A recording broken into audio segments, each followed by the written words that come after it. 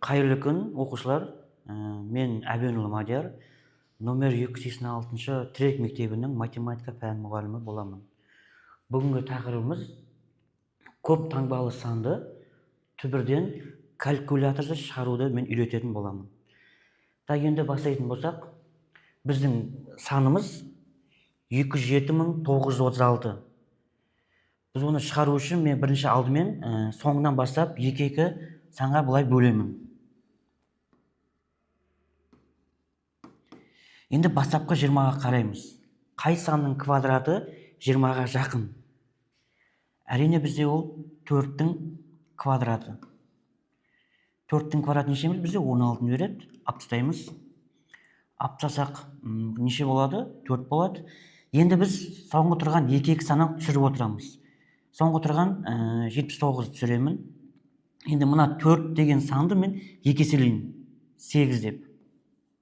Енді қарайтын болсақ, жұлдызша көбейту. Burada жұлдызша дегеніміз екеуіне де бір санды қойып, көбейткенде бізге 479-ға жақыны керек. Мүмкіндігінше жақын сан керек.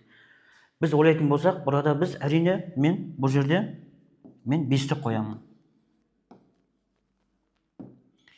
Енді 85 5-ге көбейтсек, 425 болады.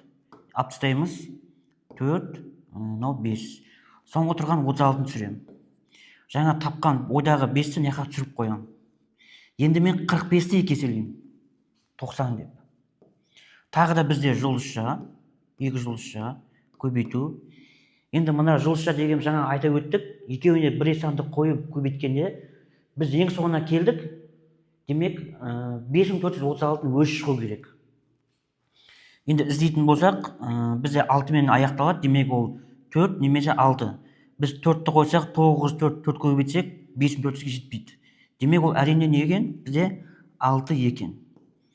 Енді біз 906-ны 6-ға көбейтсек, 5436 шығады. Аптастаймыз 0. Жаңа ойда тапқан 6-ны неға түсіреміз. Сонда бізде 207.936-тан 456 шығады екен.